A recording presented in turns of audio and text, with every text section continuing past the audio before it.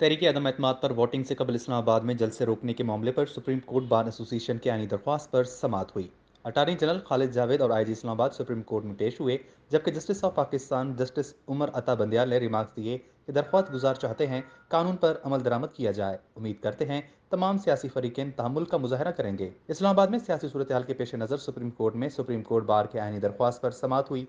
Chief justice उमरता Bandial की सरबराही में दो रुकनी बेंच ने समाअत की।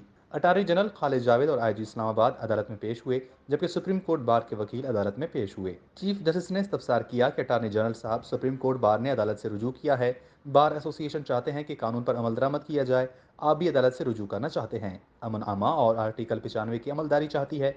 अटॉर्नी जनरल की जानिब से जवाब दिया गया कि आर्टिकल 63A पर सदारती रेफरेंस पीर तक दायर करने का फैसला हुआ है। जस्टिस पाकिस्तान उमरता बंदयाल ने रिमार्क्स दिए कि ये अज खुद कार्रवाई नहीं है, हमारे पास दरख्वास्त पहले आ चुकी है।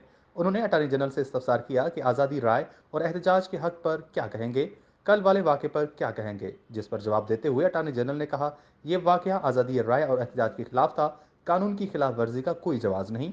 कल के वाक़े का पस मंज़र बताना चाहता हूँ। आईजी इस्लामाबाद और एडिशनल सेक्रेटरी दाखिला भी मौजूद हैं। दौरान समाअत चीफ जस्टिस ने रिमार्क्स दिए कि उम्मीद करते हैं तमाम सियासी फरीकें तहम्मुल का मुजाहरा करेंगे। अदालत आर्टिकल 63A पर राय नहीं चाहती, इस पर सदारती रेफरेंस पर दरख्वास्त की समाअत करेंगे। खालिद जावेद खान का कहना था कि सदारती रेफरेंस के मामले पर सुप्रीम कोर्ट बार की दरख्वास्त का ताल्लुक नहीं है। पार्लियामेंटेरियन और सुप्रीम कोर्ट बार का बहुत एहतराम है। सो एहतजाज करने वालों को पुलिस ने सिंध हाउस से मुंतशिर किया। इसके बाद 20 लोग सिंध हाउस एहतजाज करने आ गए। 13 लोगों को सिंध हाउस पर हमला करने पर गिरफ्तार किया गया।